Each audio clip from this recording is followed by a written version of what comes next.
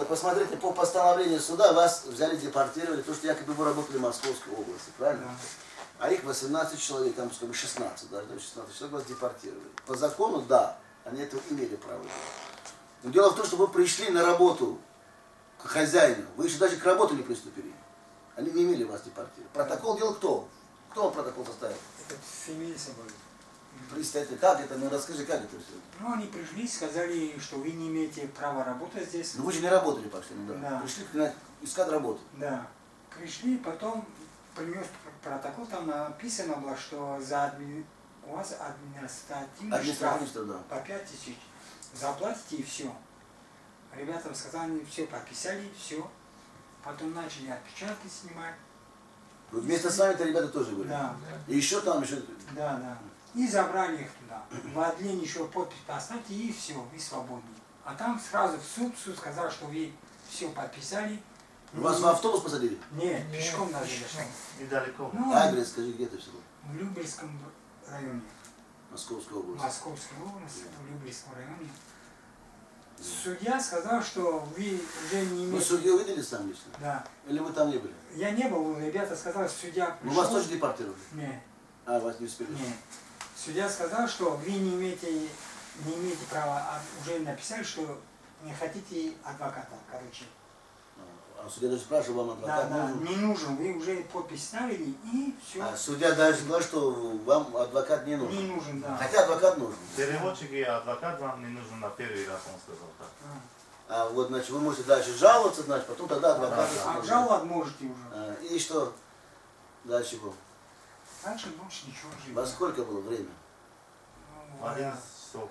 это да, 11:30. Сколько детей у вас? У меня 5. 5 детей. Да. В Таджикистане живешь? Да. В самом? В Душанбе, в Кулябе? Нет, Курган-Чубе. В Курган тебе живешь. А где дети? Здесь, там? Здесь двое. Их как раз. Старший. Говорю, старшему. Их тоже выдворили? Да. Ну а какая надежда? Вот? Или здесь, или в Таджикистане? Где будем работать? Остальных надо кормить, надо женить, правильно? Как Цель его? такой был, что вот старшего поженить. Приехал. Позвали его как раз 2 недели. Ну, там назад. тоже деньги забрали в магазин, с банка, кредит получили. Да, в кредит я долг брал.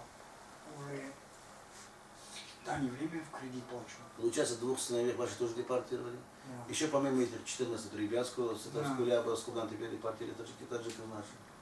В общем, я так понял, что когда вас привели туда, получается, судья сказал, что вы можете дальше обжаловать, пока вам адвокаты переводчики не надо. И все, вас отпустили. И что написали, что вам надо по 5000 еще в государство России надо. Пусть Да. здесь написано, что вы по 5000 в государство России обязаны. А у вас патенты, да, многих говорит? Все, Некоторые получают патенты, да. в основном патенты у всех есть. Давно в России?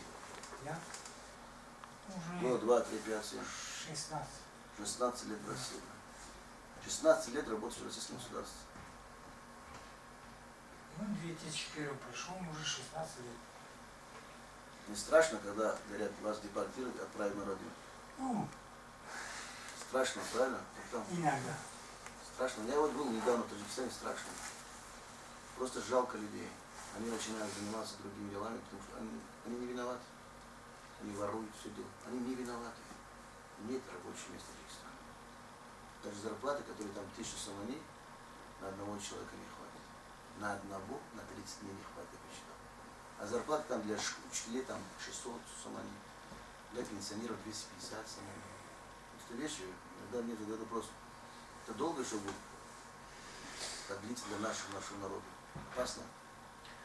Давайте мы сделаем так. Если судья попросил, обжалуем. Почему? Я вам дорогу открываю. То, что я говорю, видеть все будет. Не только для вас, для всех. Они не хотят нам открыто говорить, ребята, уезжайте себе на родину. Понимаете, в чем дело? Они говорят, вот должны сказать, по идее они этого хотят, чтобы мы отсюда все ушли. Вот руководство Таджикистана я просил бы, чтобы вот, брали за внимание, потому то, что вы не чужие люди, вы наши. Если вы не чужие, тогда чужие. Вы не чужие. Вы наши, вот таджики наши. Это унижение. Вот обратите внимание, вы пошли в кредит брали.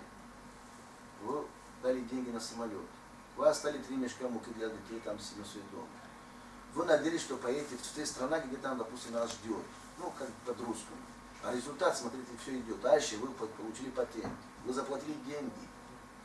Вы каждый... А сегодня надо еще приобрести, надо билет, опять занимать деньги. Надо выехать назад, надо платить 5000 штраф государства России, еще надо дома. Вот я все посчитал.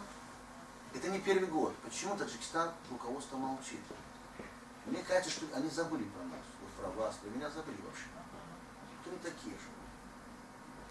Почему-то вот я разговор веду на русском языке, что в государстве Таджикистана и России, потому что многие из руководства Таджикистана на таджикском не разговаривают. Я для них это все говорю. Они родного языка таджикского не знают. Потому что их дети учатся в высших школах по российской программе, по английской программе, по китайской программе. У них деньги. А мы таджики. Это не только, понимаете, я кому-то хочу хуже сделать. Я хочу все одно, что так дальше должна продолжаться. Это не жизнь. Это для вас, вы вот сейчас придете домой ночью, да, у вас до утра будет голова болеть. Куда мне деваться? Куда с этими бумагами идти? Сейчас если мне закроют, спецприемники, там, что мне даже делать? Десятки тысяч таджиков в спецприемниках. По год и по год 7 месяцев там находятся. То документы потеряли, то не могли, то вообще не хотели поехать. Ну просто они не знали, куда пойти, хотят жалобу написать. Вот я поэтому говорю, подготовим вам документы к вышестоящему суду. Вы показываете каждому сотруднику, что я здесь был законно. Я просто обратился к этому начальнику участка, бери меня на работу. За мной отправили людей, отвезли в суд, даже мне ничего не предоставили. А я для России уже все заплатил. Поэтому то, что я буду говорить, так и надо делать. Вы имеете право на основании ваших патентов дальше работать по Москве. Не надо искать Московскую область. Работайте. Если у вас на улице начнется конфликт, покажите наши бумаги, которые составляем, мы отдаем вам для суда, с печатями, значит, суда районного и Московского областного суда. Покажите, не бойтесь. Я человек законопослушный.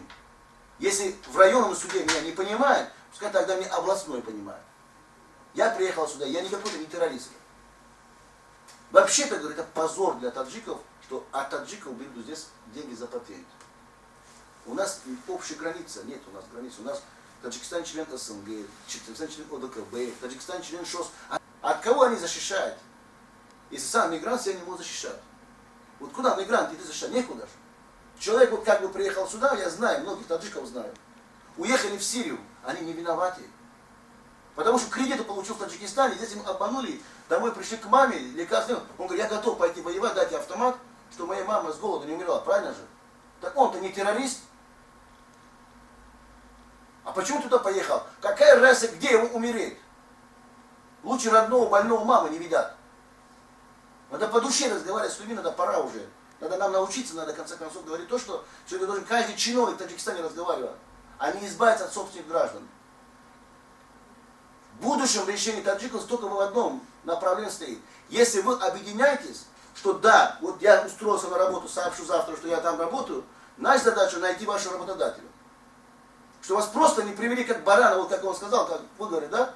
Вот сейчас, как барана вас судили, так получается? Так? Или не так сказал? Как сказал? Да, вот так. Даже к баранам кто хорошо относится, хоть иногда там ведро с водой передают. Стоишь в коридоре и все. Вот это ваши слова, потому что если я буду говорить, другие говорят, это сочинение. Никто нам не объяснил, мы не знали, что нас судят там. Сказали, что подпишите бумагу и вас отпустим. Я вообще не понимаю, почему вас суд ведут, вот почему-то в российском нашем государстве, суд вас ведет, потому что хотя бы есть какой-то вопрос предупреждений. Вас просто предупредили на месте, правильно? Хозяина вызвали. Не могут они свои работодатели заставить, чтобы документы правильно оформили по отношению к своим. Правильно мне вот каждый день пишет, почему по отношению к таджикам так относятся в России. Почему их много, каждый день мне пишут на сайте, на